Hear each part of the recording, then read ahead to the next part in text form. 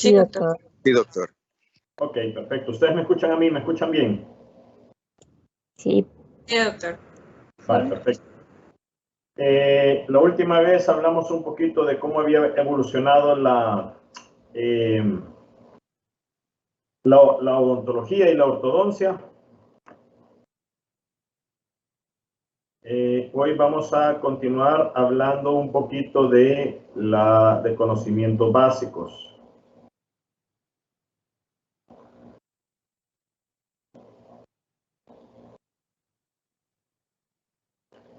¿Qué es la oclusión ideal?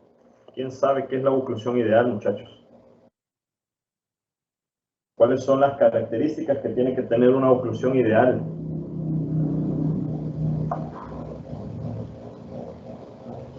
¿Quién me dice algo? Una oclusión mutuamente protegida. Una oclusión mutuamente protegida. Mutuamente protegida no es la mejor, pero sí puede ser, pero sí se acerca, digamos. ¿Qué otras características deben de tener?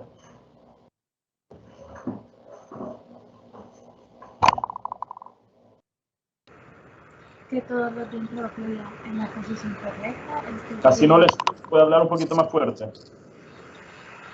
Sí, que todos los dientes ocluyan en la posición correcta, es decir, tanto dientes de maxilar superior con dientes de la mandíbula. Sí, correcto. Eso que usted acaba de decir tiene sentido, pero ¿qué es correcto? ¿Qué significa correcto? ¿Qué es correcto? Que no hayan interferencias. Que no hayan interferencias, ¿ok? Interferencias cuando, a la hora de masticar, a la hora de comer, a la hora de hablar o...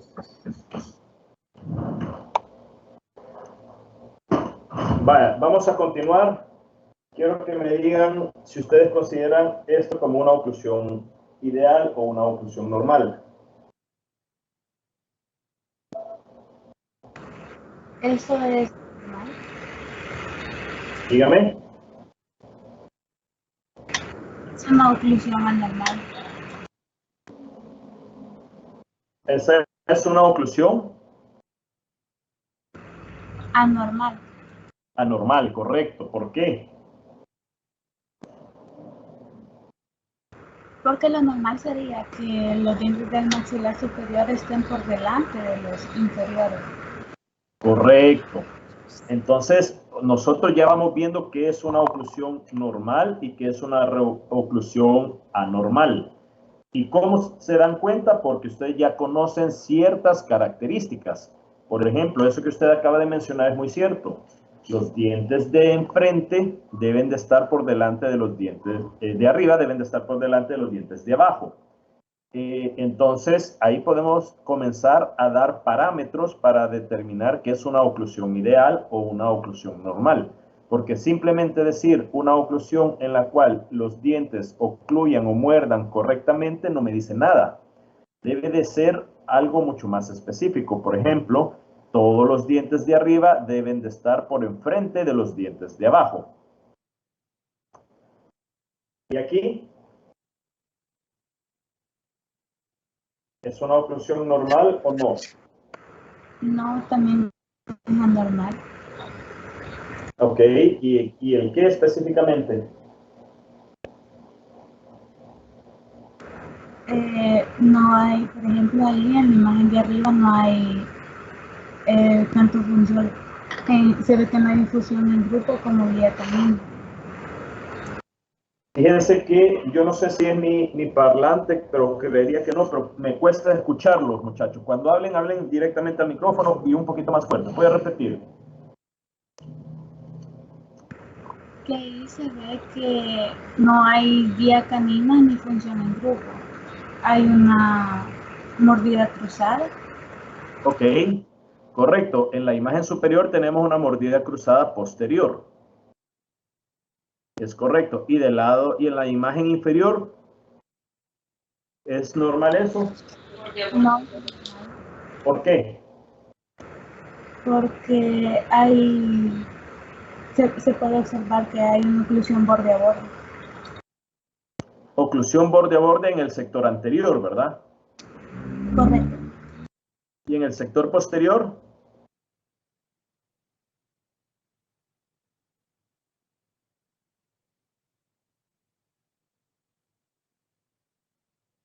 Chicos, ¿cómo lo ven? Hay interferencias. ¿Cómo? En una mordida borde a borde generalmente no tendría que haber interferencias en posterior, y acá sí la hay. Correcto. Están hablando bastante de la mordida borde a borde. Ese es un aspecto a tener en cuenta y es correcto, pero hay algo más ahí. ¿Qué otra cosa está malo ahí?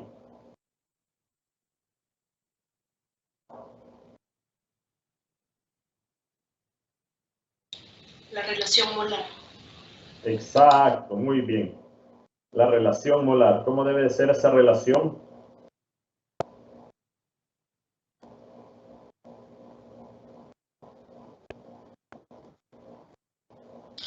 Se supone Chicos, que la cúspide mesiovestibular de la primera molar debe caer a nivel del surco principal de la molar, de la primera molar inferior. exactamente. La relación molar es un aspecto y la relación canina, ¿cómo la ven?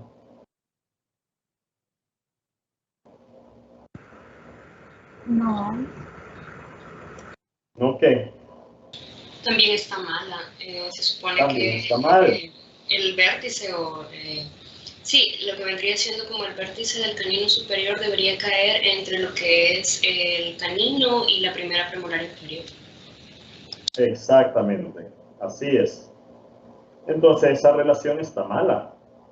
Entonces empezamos ya a descubrir ciertas características de la mordida. Cuando es una mordida normal o una oclusión normal y una oclusión atípica o anormal. Y aquí, ¿qué vemos?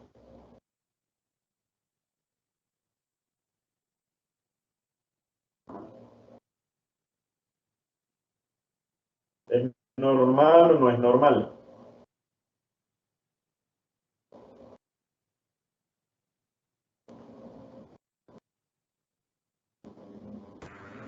No es normal también.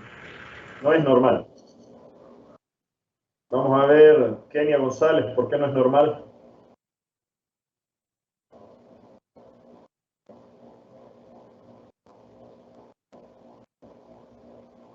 Kenia, Hola, no puedo ver la imagen. ¿y ahora? Sí, ¿Por qué no es normal? eh, en posterior, en la imagen superior, es lo mismo de la relación molar.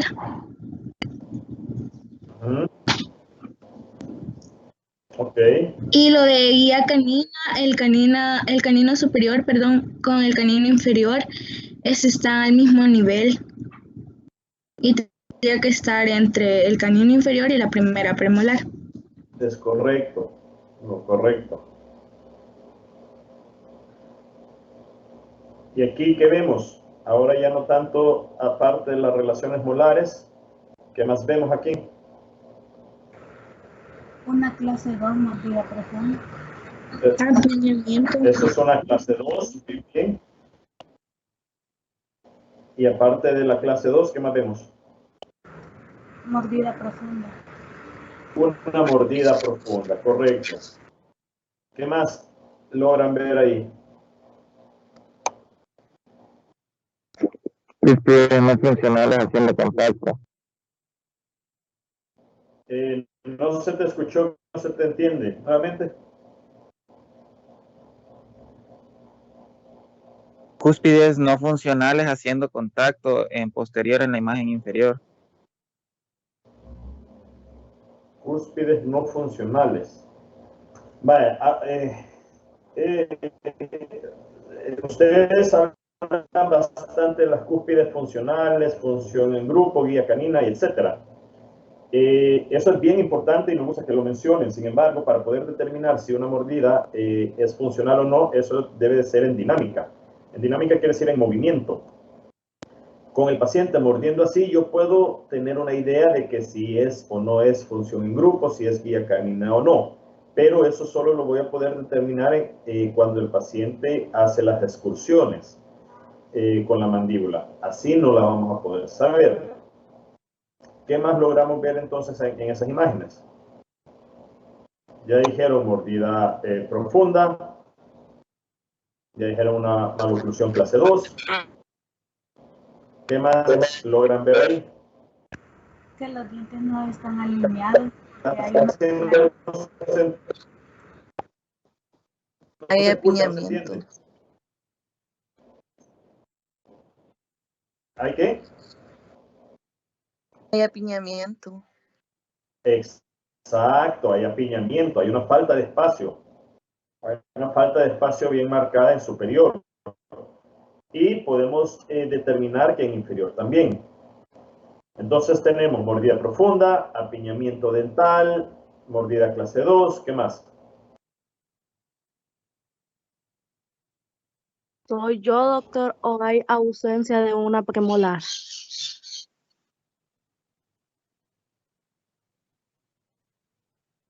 Ausencia premolar, correcto.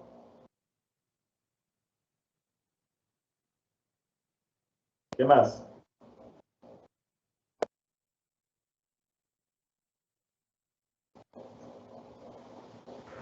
palatinización de los laterales.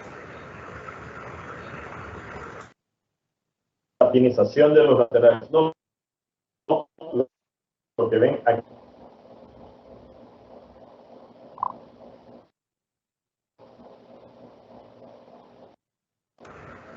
Doctor, no sé si seré yo, pero... ¿Qué ven ahí? Doctor, creo que se lo escucha cortado. ¿A mí? Sí, Sí. Ah, ok. Vamos a ver. ¿Qué logran ver aquí, muchachos?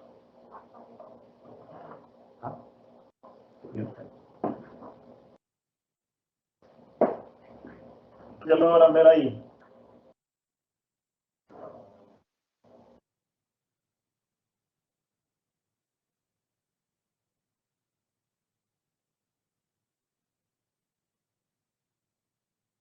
Chicos, ¿me escuchan?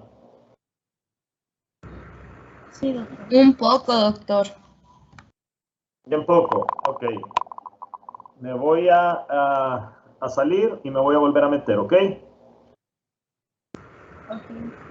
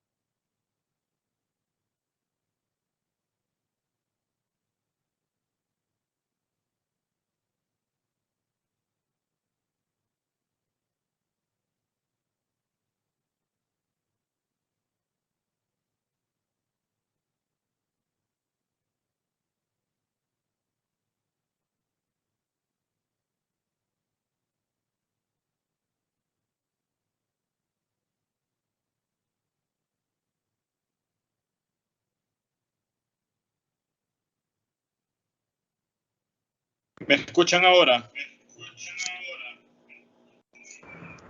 Sí, doctor.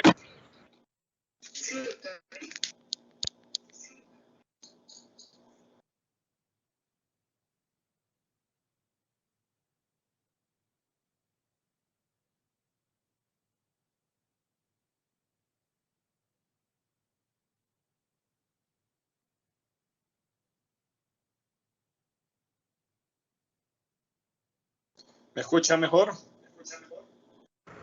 Sí. Sí, doctor. Sí, vale.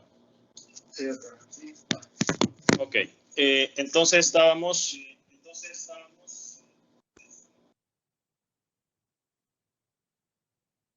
en que estábamos viendo qué más encuentran en esta imagen.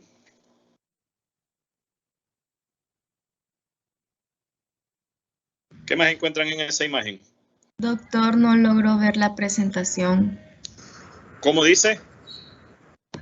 Yo no logro ver la presentación, no sé si mis otros compañeros la logran ver. Sí, creo que se dejó de transmitir, doctor.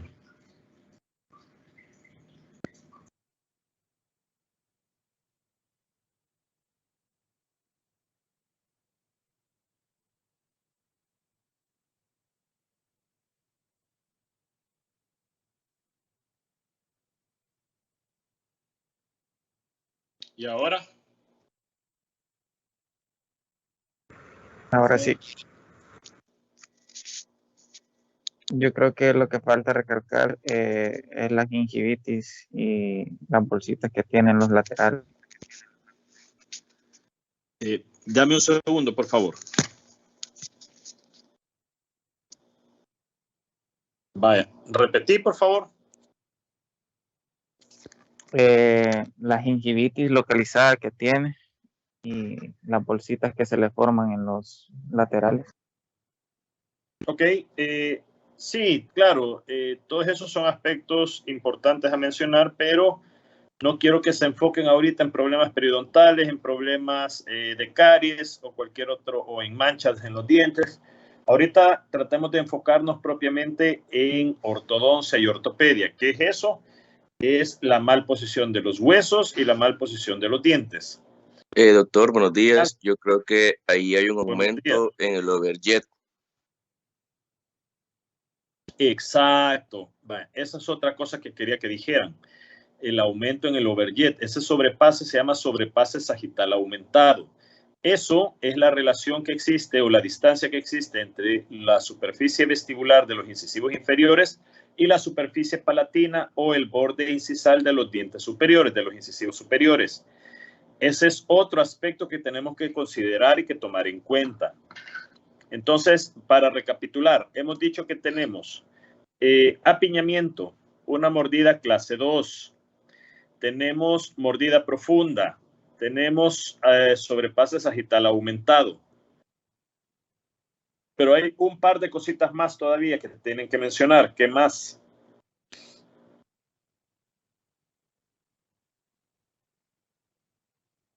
¿Qué más ven en esa imagen?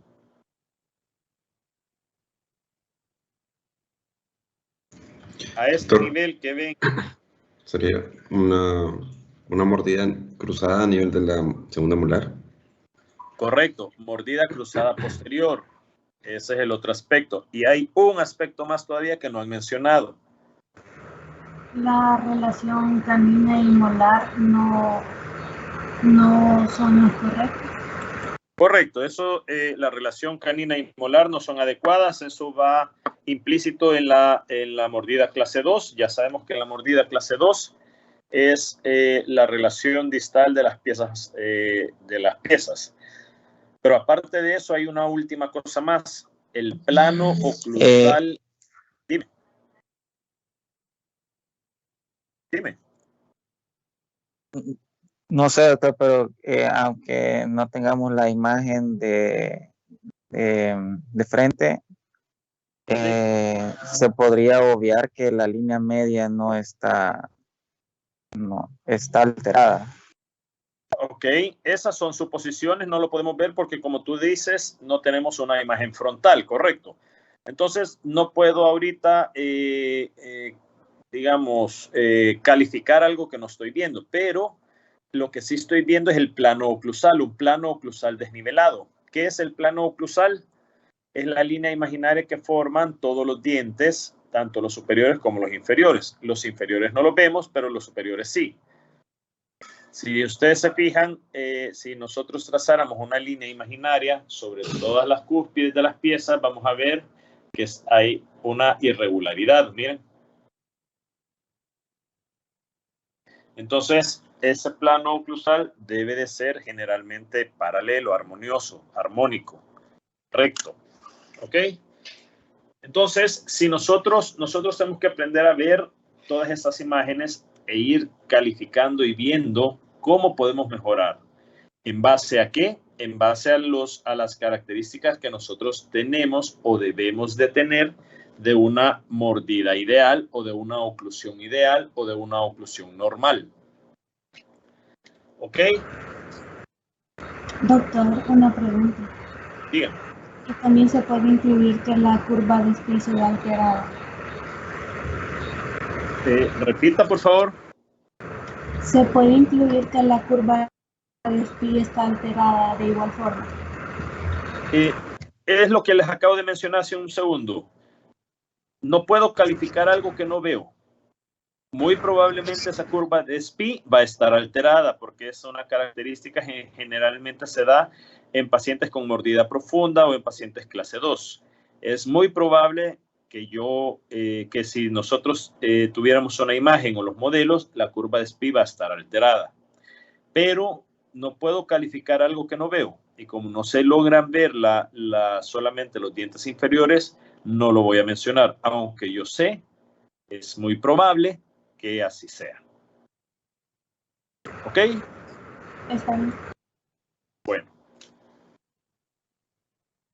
Vamos entonces a repasar la clase 1. La clase 1 molar, eso es ya para ustedes, es un juego de niños. La clase 1 molar o la relación molar clase 1 es aquella en la cual la cúspide mesiovestibular de la primera molar superior ocluye o contacta en el surco vestibular de la primera molar inferior. ¿Ok? La clase 2 es cuando esta cúspide vestibular o mesiovestibular de la primera molar superior ocluye o contacta anterior o mesial al surco el surco vestibular de la primera molar inferior permanente. Y la clase 3 es cuando en vez de que contacte en distal o en posterior, cuando la cúspide en vez de que contacte en anterior o en mesial, contacta en distal o en posterior.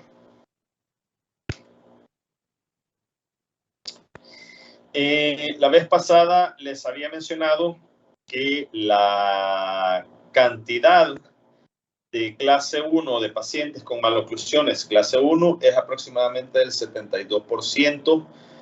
En pacientes con clase 2 es del 24% y en pacientes con clase 3 es entre el 1.5 al 3% aproximadamente. Estos porcentajes varían según la población estudiada. Entonces, no son, digamos, porcentajes bien definidos, sino más bien eso es un parámetro para que ustedes tengan. Lo importante que ustedes sepan es que casi 3/4 partes de una población va a tener una relación clase 1.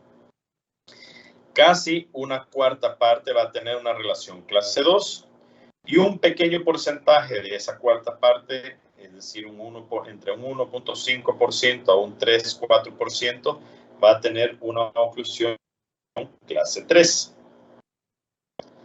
¿Y a qué se refiere con una maloclusión clase 1? Una maloclusión clase 1 quiere decir, por ejemplo, que yo tengo esta relación en la cual las molares ocluyen adecuadamente, la relación de caninos ocluye adecuadamente, pero yo tengo, por ejemplo, aquí una mordida cruzada anterior, o tengo un apiñamiento, o tengo aquí una mordida cruzada posterior, o tengo una mordida abierta, ya sea en anterior o en posterior, o tengo una giroversión, una rotación, etc. ¿Sí? ¿Vamos bien hasta ahorita? Denme un segundo. Doctor.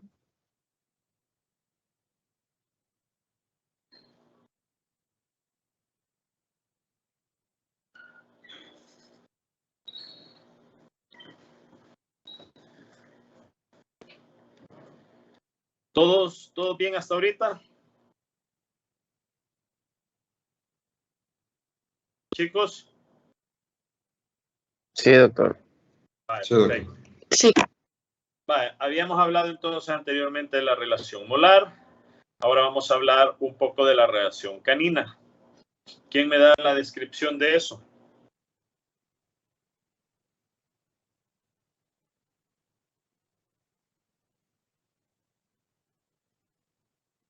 Vamos a ver, Cristian. Relación canina.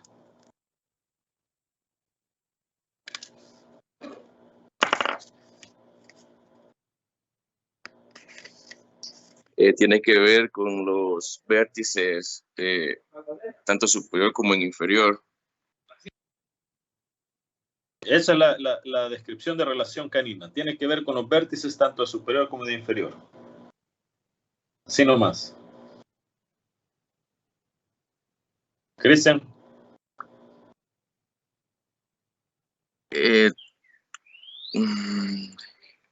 No me recuerdo muy bien, la verdad, ahorita.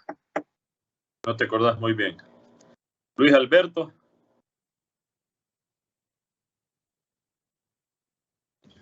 Hola, sí, doctor. ¿Te acordás? Sí, pero le doy la definición de la clase 1. ¿Sí? Ah, ok, sería como que la cúspide del canino tiene que estar alineada entre ¿De cuál canino? del canino superior, perdón. Tiene que ¿El izquierdo o el derecho? Perdón. No, ¿El puede ser izquierdo o cualquiera. el derecho? Cualquiera. Cualquiera, correcto. Sí, está alineada entre el canino inferior y la primera premolar. Ok, más o menos ahí vas. Es cuando la cúspide del canino superior ocluye en el contacto del canino inferior y la primera premolar. Ok. Entonces, ¿cómo sería la clase 2?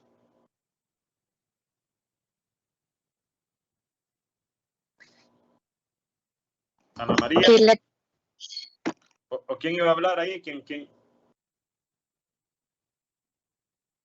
Dígame. Que la cúspide del canino superior va a ocluir delante de la unión entre el canino inferior y el primer premolar inferior. Correcto, muy bien. ¿Y esto? ¿Algún voluntario? Kenia. Que la cúspide del canino superior ocluye por detrás del canino inferior y de la primera premolar inferior. Del contacto. A nivel de la primera premolar. Correcto. Vale. Entonces nosotros ya tenemos, o deberíamos de tener estos conceptos claros. Esos son conceptos que deberíamos de manejarlos súper bien.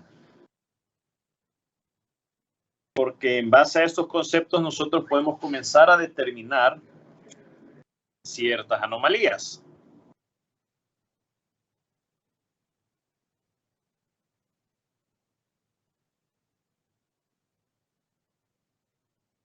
Vale.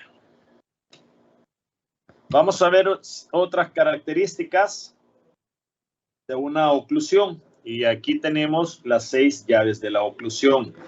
Estas 6 llaves de la oclusión nos van a determinar una correcta mordida, una correcta posición de los dientes. En base a estas 6 llaves de la oclusión es que nosotros trabajamos o tratamos de dejar una oclusión ideal.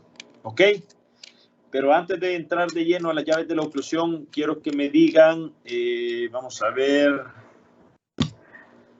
Yancy S. Quiero que me diga qué es una oclusión mutuamente protegida.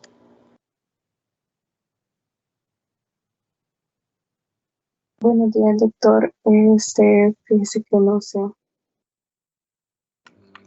No ha llevado oclusión usted.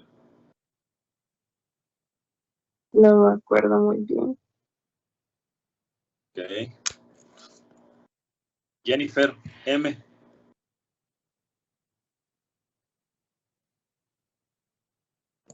Yo, doctor. Es cuando los dientes posteriores protegen a los anteriores, cuando hay movimientos de apertura y de cierre. Sí, en movimientos excursivos o de apertura y de cierre, correcto. Vamos a ver Daling, que es una mutuamente, la mutuamente protegida, ya le dijimos. La guía canina, disoclusión canina.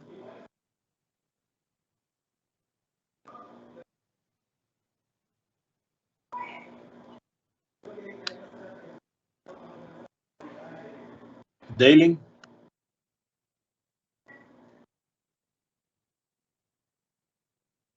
Daling, ¿está en la reunión usted?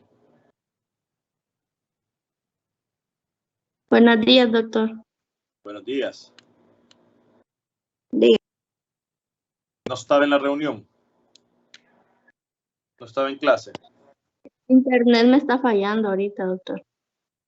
Está fallando el internet. Bueno. Vamos a continuar entonces. ¿Cuáles son las 6 llaves de la oclusión?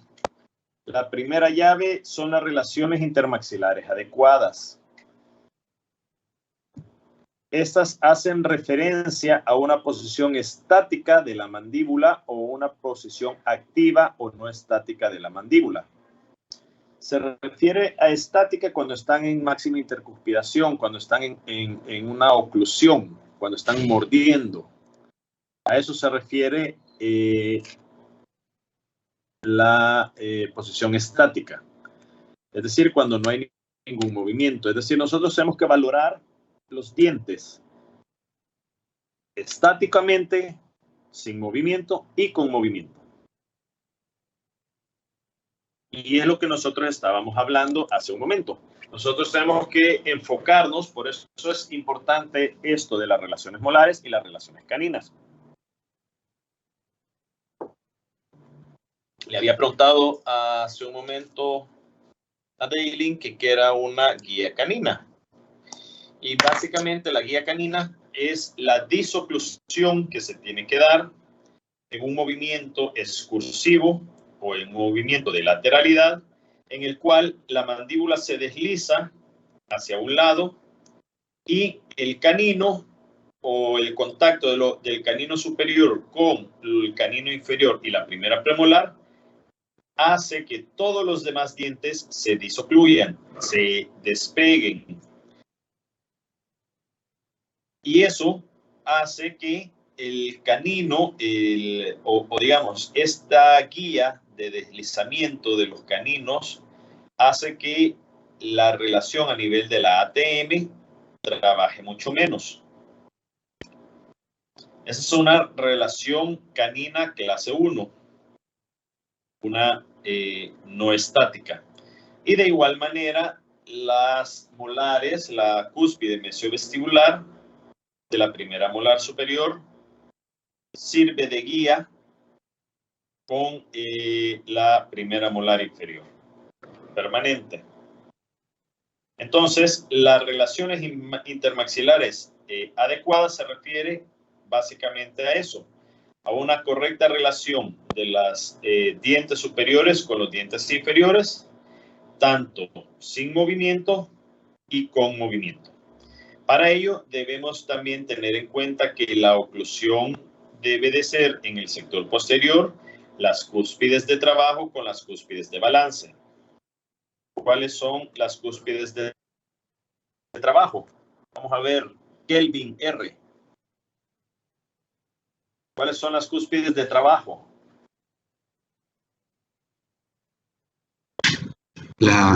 Buenos días. Buenas. Las cúspides de trabajo, dice. Sí. No es, bueno, hacia donde se da el movimiento, que es el lado del trabajo, y el lado balance donde se da el contacto. No, yo me refiero a que en las molares tenemos cúspides de trabajo y cúspides de balance, y en las molares superiores y en las molares inferiores son distintas. ¿Cuáles son en las molares superiores? Las cúspides de trabajo y las de balance. Perdón, doctor, es que se le traba mucho. ¿No? ¿Perdón? Es que se le traba mucho. No puedo.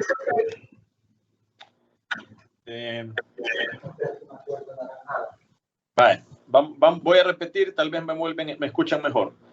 En las molares superiores tenemos cúspides de trabajo y cúspides de balance, que son también que existen también en las molares inferiores. Y yo quisiera saber cuáles son las cúspides de trabajo en las molares superiores. Doctor, las linguales. Las palatinas, correcto. Las linguales. En superiores son las palatinas y en inferiores son las vestibulares. Correcto, exactamente. Las cúspides de trabajo son distintas. En superior son las cúspides y en inferior son las cúspides vestibulares. Pero ¿qué quiere decir entonces esto de las cúspides de trabajo? ¿Qué significa eso? No son las que hacen contacto en las fosas centrales de los inferiores, bueno, de su antagonista. Correcto, exactamente. Y entonces, ¿qué me indica todo esto también? Que las cúspides de trabajo son las más fuertes, las que generan mayor presión a la hora de triturar los alimentos. Y las cúspides de balance son esas que también ayudan al trituramiento de los alimentos, pero también ayudan al movimiento a los distintos movimientos excursivos de la mandíbula. ¿Sí está claro esto? Sí, doctor. ¿Sí? ¿Seguros? ¿O hay alguien que no? Vale, ok. Continuamos.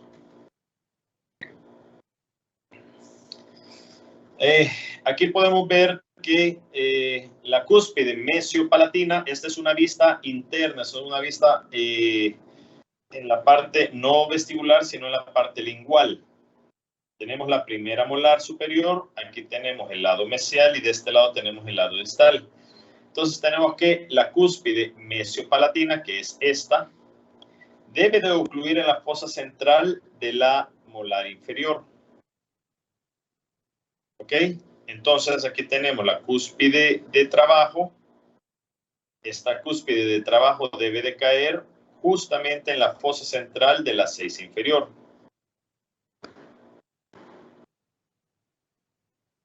Y aquí tenemos las cúspides de balance que ayudan a los movimientos de disoclusión.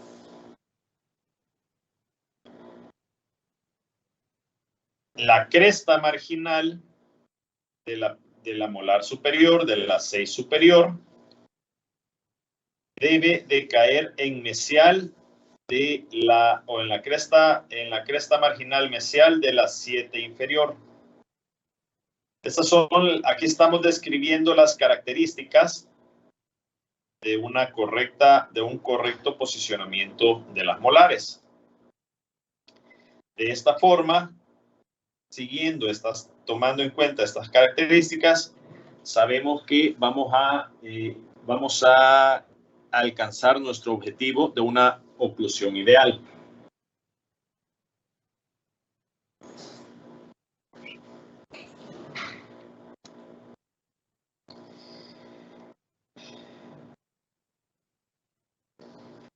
Para ello, nosotros tenemos que tomar en cuenta que la relación de las molares superiores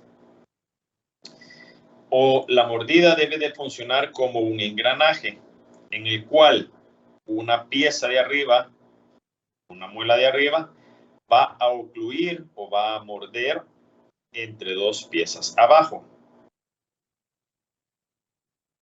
Una pieza de arriba va a morder entre dos piezas de abajo. Y si aquí tuviéramos dibujado el canino va a morder entre la primera premolar y el canino inferior.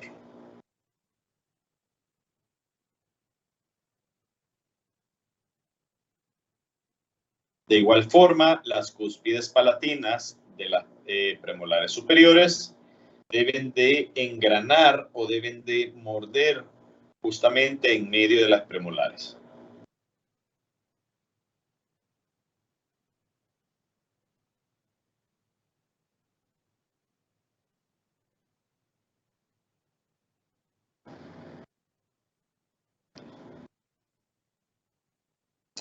Vale.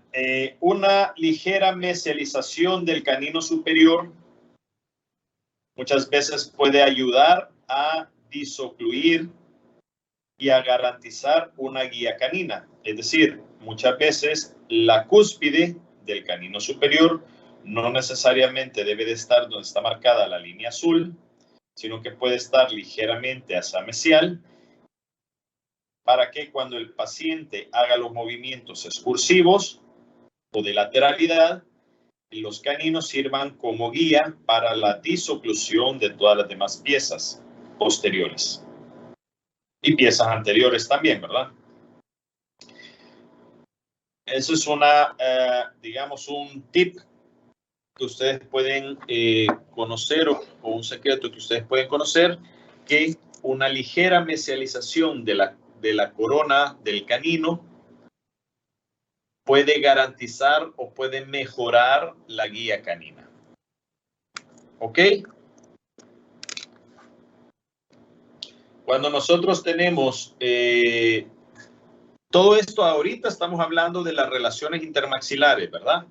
Las relaciones intermaxilares, hemos hablado de la relación de las molares, hemos hablado de la relación de los caninos, hemos hablado de las cúspides de trabajo y de balance, a dónde deben de ocluir estas. Hemos hablado del engranaje, que una pieza de arriba debe de morder en medio de dos piezas de abajo. Y ahorita vamos a hablar de los incisivos. Los incisivos superiores deben superponerse a los incisivos inferiores. De esta manera, la línea media debe de coincidir también. ¿Ok?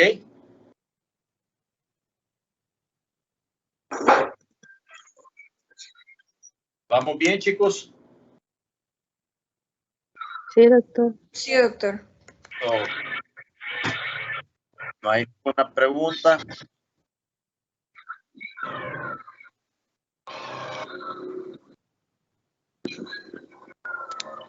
¿No hay ninguna pregunta, chicos?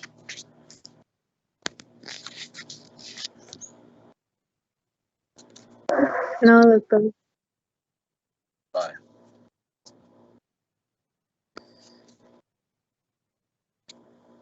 Permítanme un segundo que, como estoy también con el teléfono, para un mejor sonido, ahí está ya.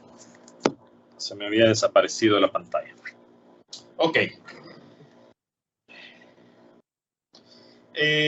La relación 2:1 es lo que les mencionaba, eso es lo que nos garantiza una relación de un correcto engranaje, en la cual una pieza de arriba ocluye o muerde o descansa entre dos piezas de abajo, una de arriba entre dos de abajo, una de arriba entre dos de abajo, tanto en anterior como en posterior.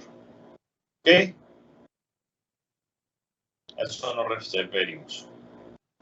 Entonces, recapitulando, la primera llave de la oclusión para una correcta mordida es la siguiente: relaciones intermaxilares adecuadas. Y estas relaciones intermaxilares adecuadas conlleva una serie de factores. Conlleva una correcta relación tanto en estática como en movimiento. Y esto se refiere a la relación de las molares, tanto por vestibular como una vista palatina. Ya vimos cómo debe de ocluir eso. Se refiere a una relación canina. Se refiere a una relación de los incisivos, a una valoración de la línea media y a un correcto engranaje. y a las cúspides de trabajo y de balance. ¿Está claro todo esto? Chicos. Sí, doctor. Sí, doctor. ¿No hay dudas hasta el momento? ¿Podemos pasar a la segunda llave?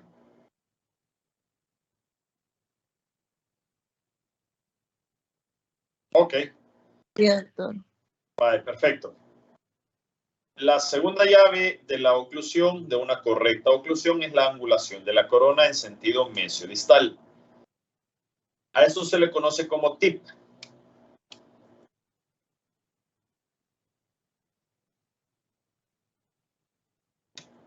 Y esto se refiere a una relación en sentido mesiodistal, a una angulación de la corona, en la cual se indica que para la primera molar superior, esta debe de estar ligeramente inclinada, o las raíces deben de estar ligeramente inclinadas hacia el distal. Eso hace que la angulación de la corona en el sentido, en la parte distal de la cúspide distal de la primera molar superior, ocluya de una mejor manera en las inferiores, entre las 6 y las 7. Si nosotros dejamos una 6 muy vertical, esta relación de la cúspide distovestibular no va a ser una relación adecuada. ¿Ok? A eso se refiere con la relación de las molares, con la inclinación de las molares. Denme un segundito, chicos, por favor.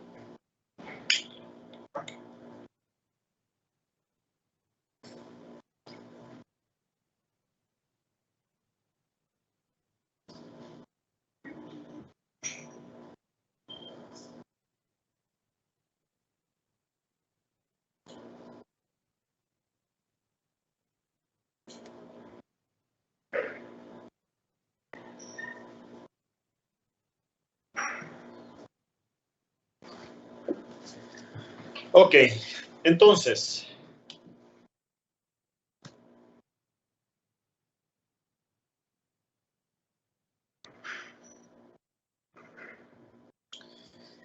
esta inclinación de la molar va a mejorar la relación de disoclusión y va a mejorar también el trituramiento de los alimentos, y eso ayuda, esa correcta posición va a ayudar también muchas veces a la guía canina, ayuda en la disoclusión de la guía canina. Aquí tenemos una pieza, este es un paciente que yo traté, para que ustedes vean la inclinación, cómo queda ya en un caso real, en un caso verdadero. Esa inclinación no es mucha la que se tiene que dejar, sino que es una ligera inclinación en la cual nos aseguramos que la cúspide distovestibular de la primera molar superior ocluya de una correcta forma y tenga un mejor engranaje. Y aquí logramos ver la relación de engranaje o la relación 2:1, en la cual una pieza de arriba ocluye en medio de 2, una pieza de arriba ocluye en medio de 2, una pieza de arriba ocluye en medio de 2 y así sucesivamente.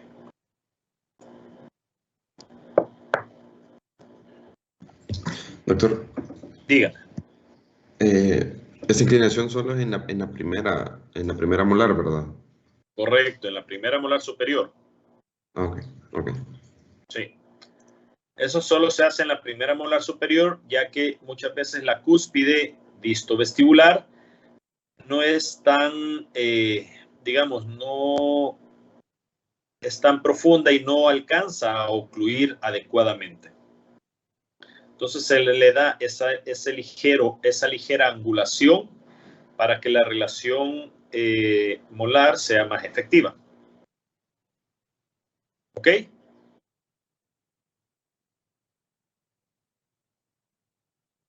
Y eso se hace en base, esa angulación se hace en base al eje longitudinal. Es esa relación mesiodistal que tiene que tener dentro del hueso. En los dientes anteriores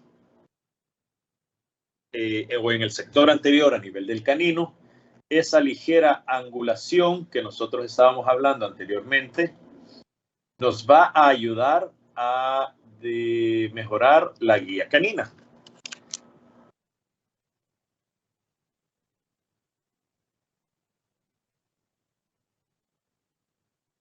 Entonces, si nosotros angulamos ligeramente el canino, vamos a asegurarnos esta guía canina.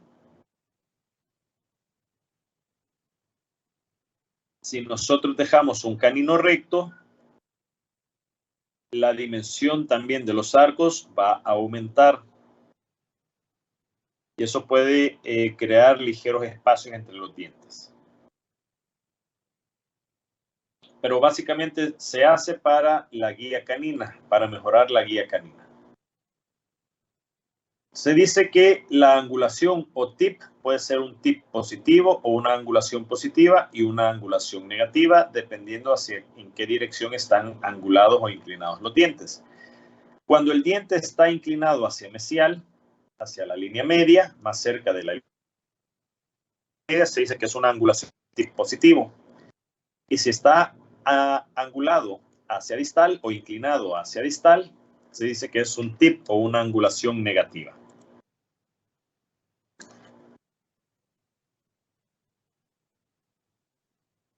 ¿Ok?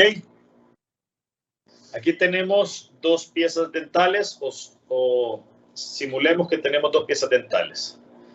Y tenemos que la pieza cuando está con una ligera angulación positiva, en este caso, va a ocupar un mayor espacio que si nosotros tenemos una pieza totalmente recta. Hay una diferencia en cuanto al espacio que ocupan.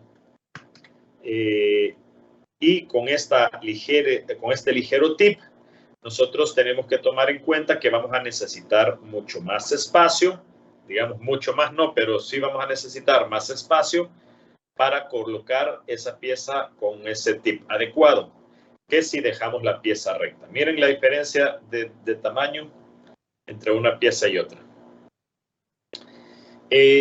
Todas las piezas deben de tener un ligero tip o un tip adecuado dentro del hueso para poder soportar las fuerzas de masticación.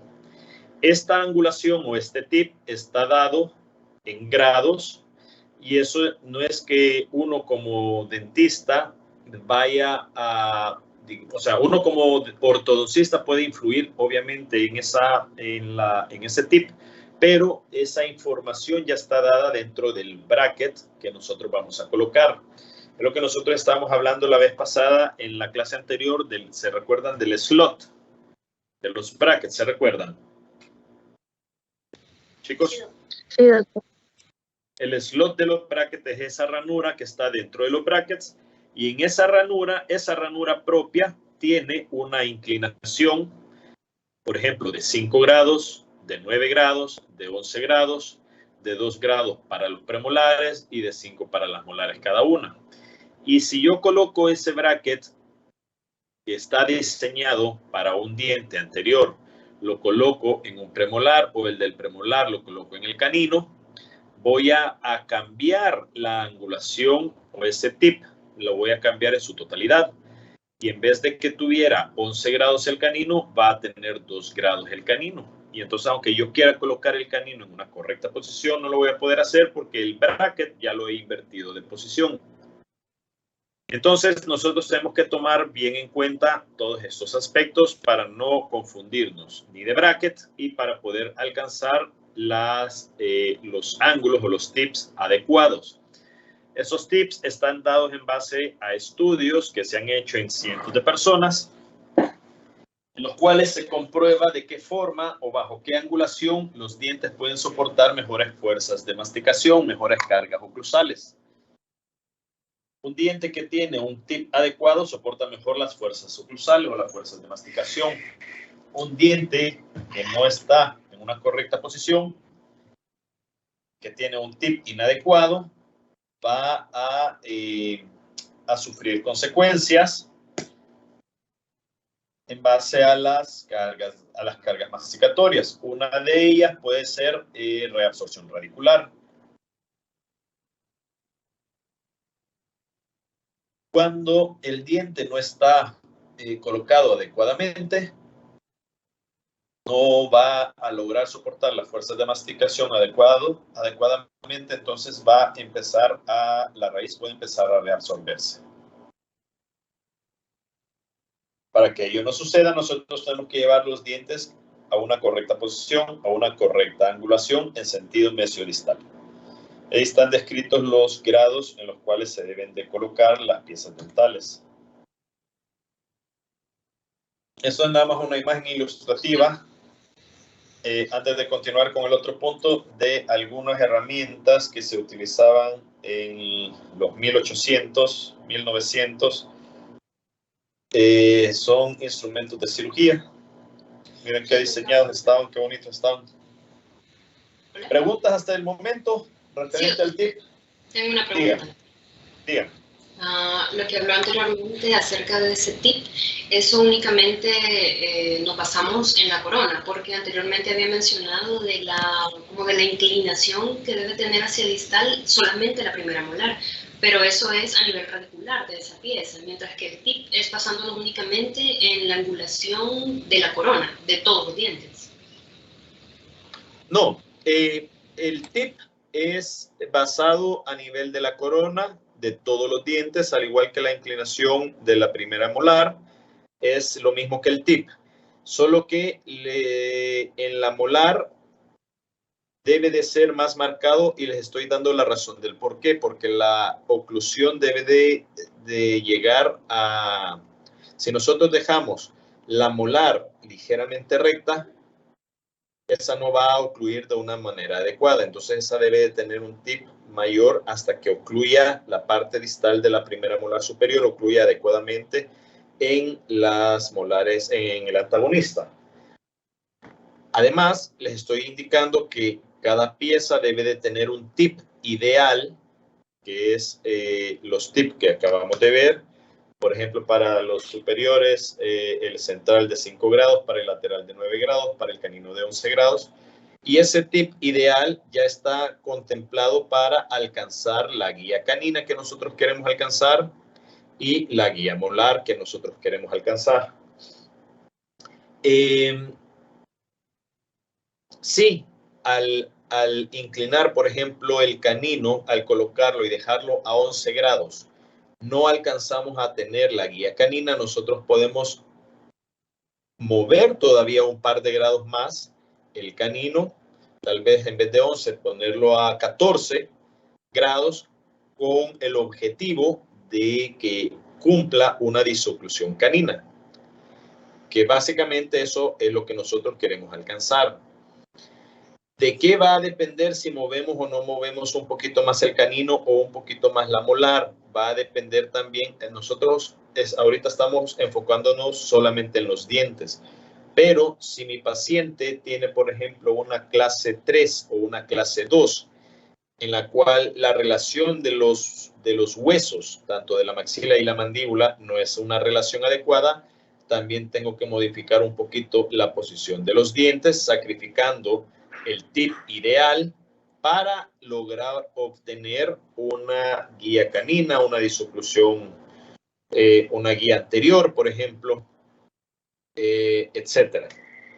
Es decir, no quiere decir que siempre voy a dejar los dientes con esta angulación. Esto es lo ideal y eso es lo que nosotros tenemos que tratar de perseguir, pero va a depender también de la relación de las molares, de los maxilares. Y esa relación de los maxilares tiene también influencia en la posición de los dientes. Y nosotros, en pacientes, dependiendo la edad del paciente, muchas veces podemos trabajar solamente con movimiento dental, con movimiento de las piezas dentales. Ya no vamos a poder estimular el crecimiento de los huesos. ¿Sí queda clara sí le respondí? Sí, doctor, gracias. ¿Alguien más? ¿Alguna otra pregunta?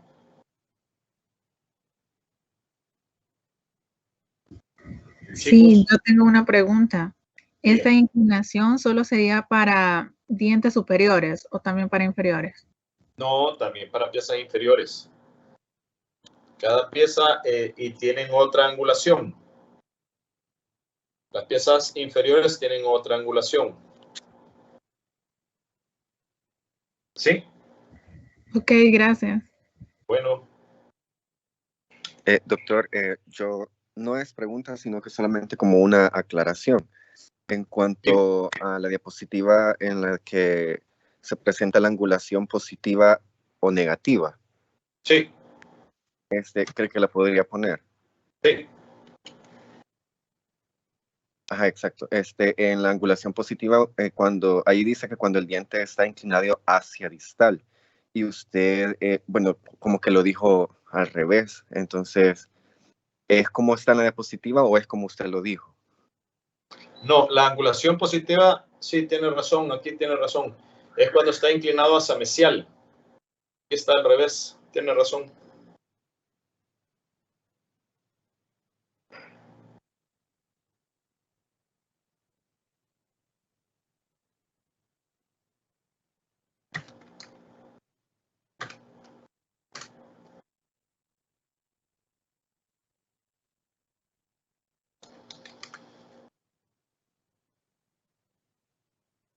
Listo.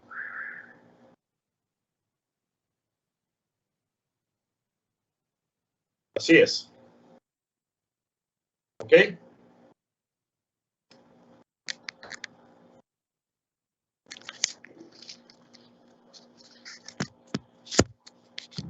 ¿Algo más, muchachos? Chicos, ¿me escuchan? Sí, doctor. Sí, doctor.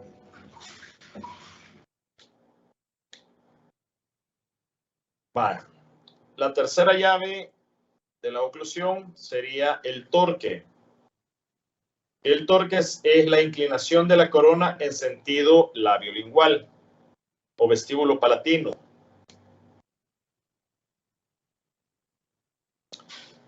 El anterior es el tip, que es en sentido mesiodistal. El tercero, es el torque, ese sentido vestíbulo palatino.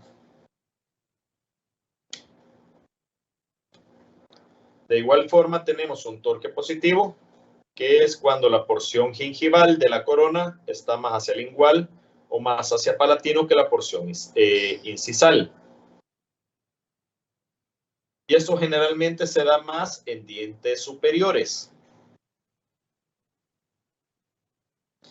Eso se refiere a este torque positivo, es cuando la porción gingival de la corona está más hacia lingual. La porción gingival de la corona es esta. Cuando esta parte de la corona está más hacia palatino, el paladar está de este lado, va a ser un torque positivo. Y el torque negativo es cuando la porción gingival de la corona está más hacia labial o hacia vestibular que la porción incisal del diente. Cuando esta parte de aquí está más cerca que esta parte de aquí.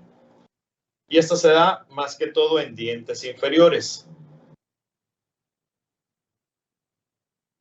Este sería un torque negativo y este sería un torque positivo.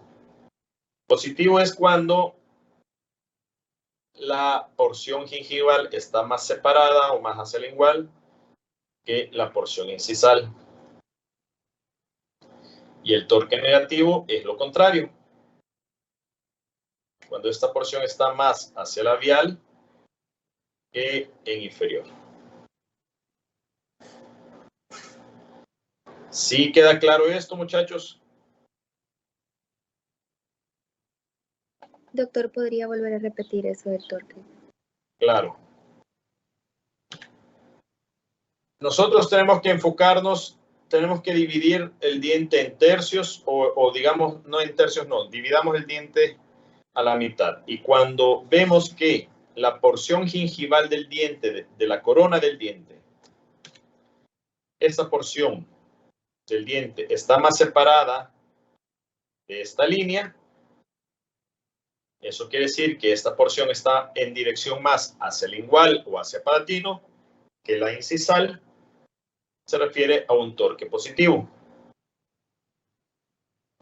Positivo quiere decir que todo el diente, o dicho de otra manera, tal vez se lo voy a explicar de esta manera, es más fácil, que todo este longitudinal está más vestibularizado y en inferior que el eje longitudinal de la pieza está más distal, más lingualizado o palatinizado.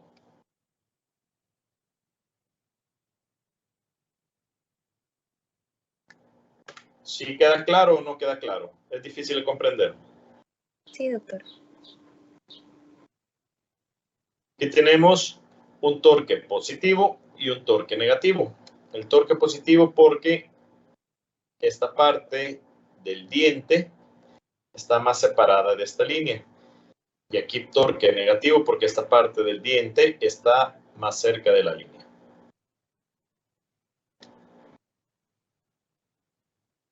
A eso se refiere. En un torque positivo vamos a ver los dientes más vestibularizados. En un torque negativo vamos a ver el diente más palatinizado.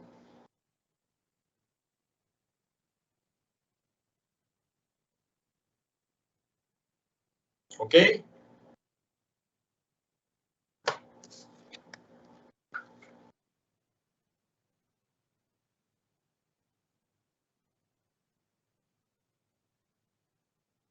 ¿Estamos? Sí, doctor. Vale. Ya vimos ahorita un diente, los dientes superiores. Veamos los dientes inferiores. Aquí tenemos un diente con un torque positivo, el cual el diente está más hacia vestibular.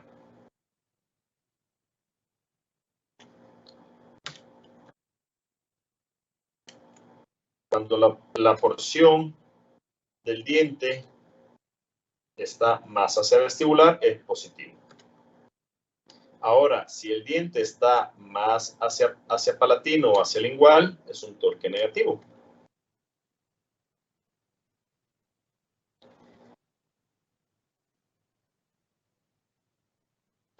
También para todas las piezas, tanto superiores como inferiores, hay un torque o una inclinación ideal o adecuada, la cual ya viene descrita en los brackets. Para dientes superiores, por ejemplo, incisivos centrales, tenemos que debería de ser un torque de 17 grados, los laterales un torque de 20, los caninos un torque de 17, y así sucesivamente para todas las demás piezas.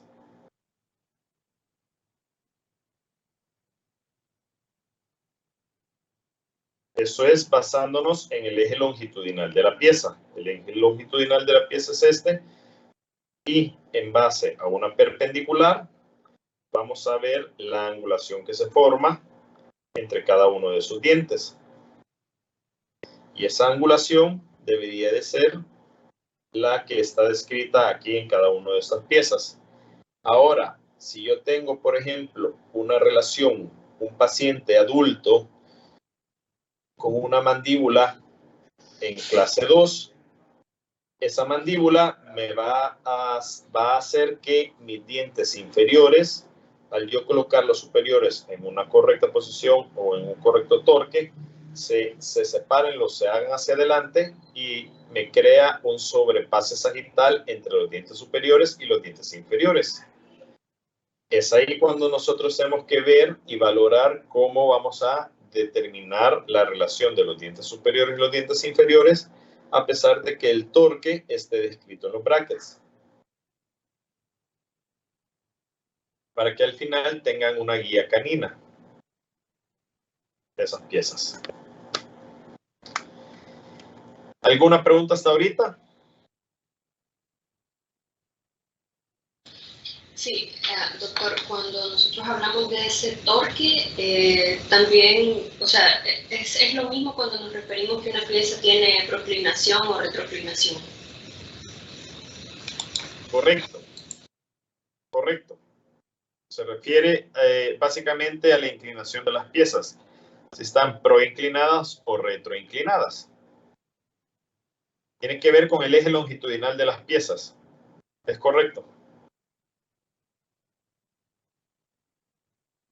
¿Algo más?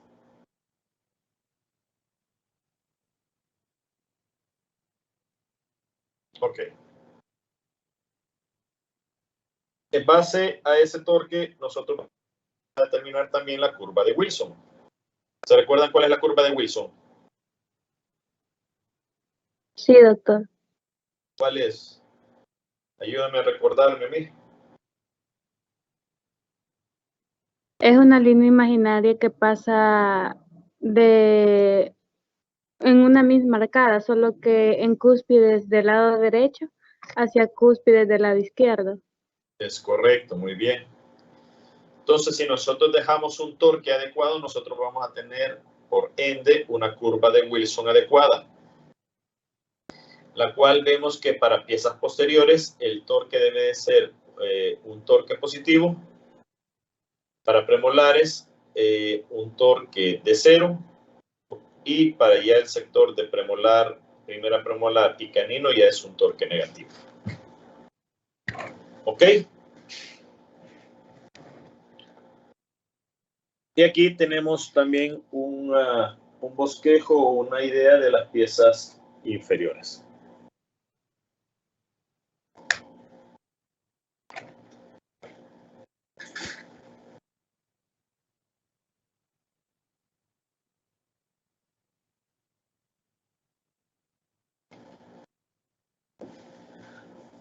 Vale.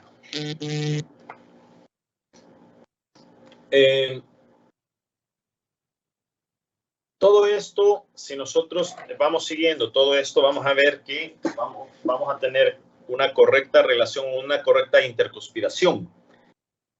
Es decir, nosotros tenemos que ir pensando en el tip, en el torque, para que la relación intermaxilar de las piezas sea una relación inadecuada, que las cúspides de trabajo y de balance ocluyan de una manera adecuada.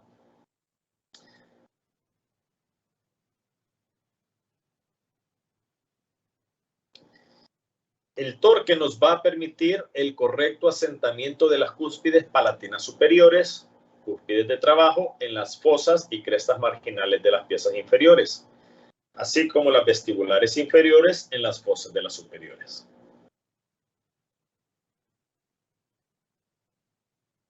Si no tenemos un correcto torque, vamos a tener una inadecuada disoclusión, lo cual incluso me puede crear hasta interferencias a la hora de realizar movimientos excursivos. Todos estos movimientos que nosotros vayamos a hacer o pretendamos hacer en un paciente, tenemos que ir pensando que van a tener su consecuencia o su relación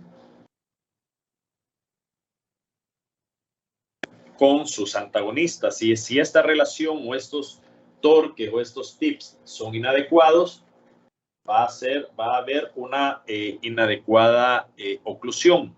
Entonces tenemos que tomar en cuenta todas estas características para que al final la mordida sea una mordida adecuada.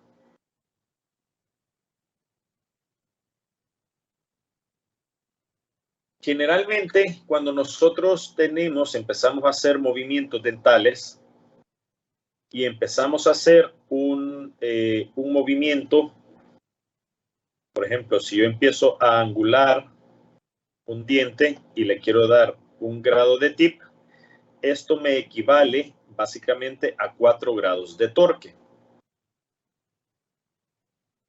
O si yo empiezo a inclinar 4 grados mi diente hacia atrás, esto me va a inclinar, se va a transformar en un grado de tip de la pieza hacia distal. Entonces, un movimiento que nosotros hagamos en las piezas dentales tiene consecuencia. Si yo inclino una pieza un poco, esta va a tener consecuencia también en el sentido vestíbulo-palatino. Si yo inclino un diente en sentido vestíbulo-palatino, va a tener consecuencia en sentido mesiodistal. No puedo yo pretender mover un diente sin que haya un movimiento secundario. Entre mayor sea el torque, mayor va a ser el tip. Si yo inclino vestíbulo palatino 40 grados de torque, miren, los dientes van a tener una mayor angulación mesiodistal.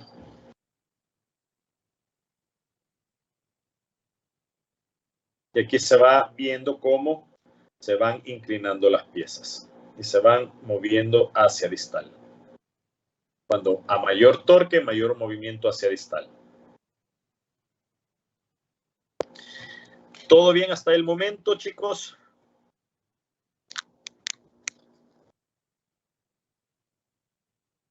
¿Chicos?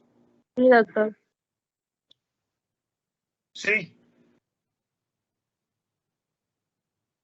Vale, perfecto. Nos vamos a ir entonces quedando hasta aquí. La próxima clase va a ser hasta después de vacaciones de agosto. ¿Ok?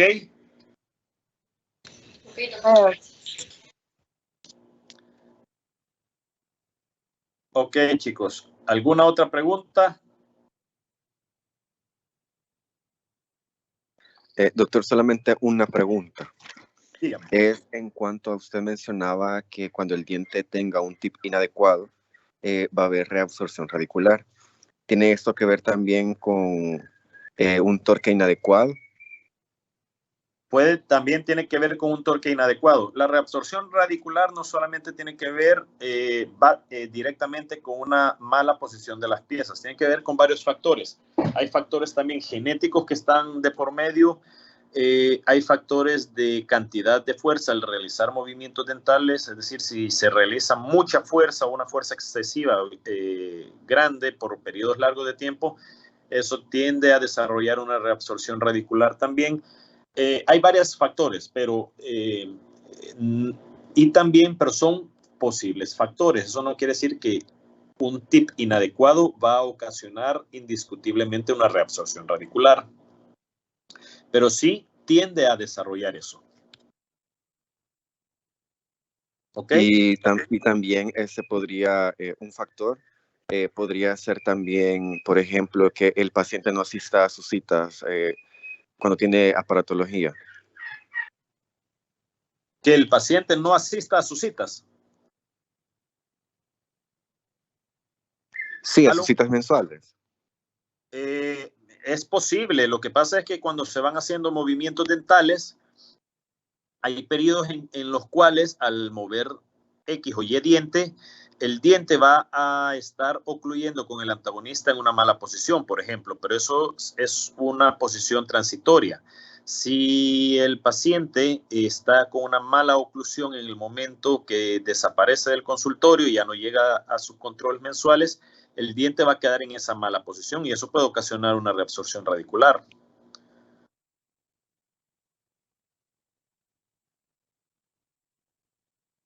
¿Sí contesto tu pregunta? Sí, doctor, gracias. Ok. ¿Algo más, muchachos?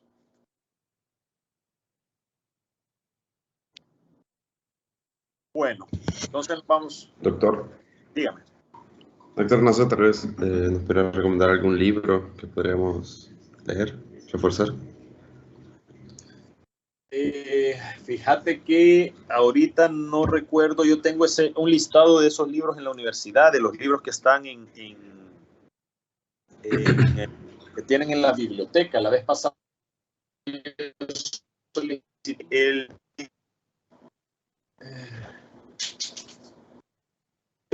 ese sí te lo voy a decir la próxima vez.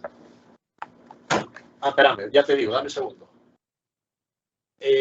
Yo solicité uno de Bishara, que es muy bueno, pero no sé si lo habrán comprado en la universidad.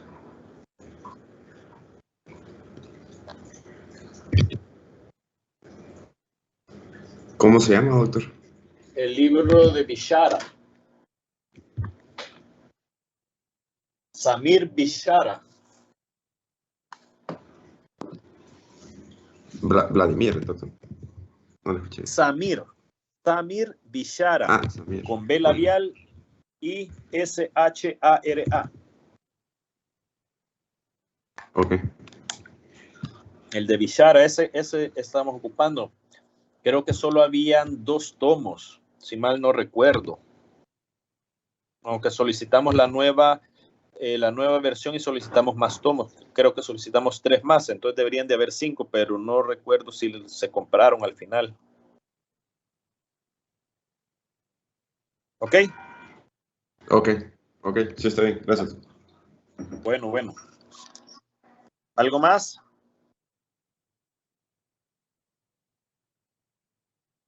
Ok. Entonces nos vamos a quedar hasta aquí, muchachos. Les deseo felices vacaciones. Nos vemos hasta después, ya descansados. Pasen buen día, muchachos. Gracias, doctor. Gracias, Nos vemos.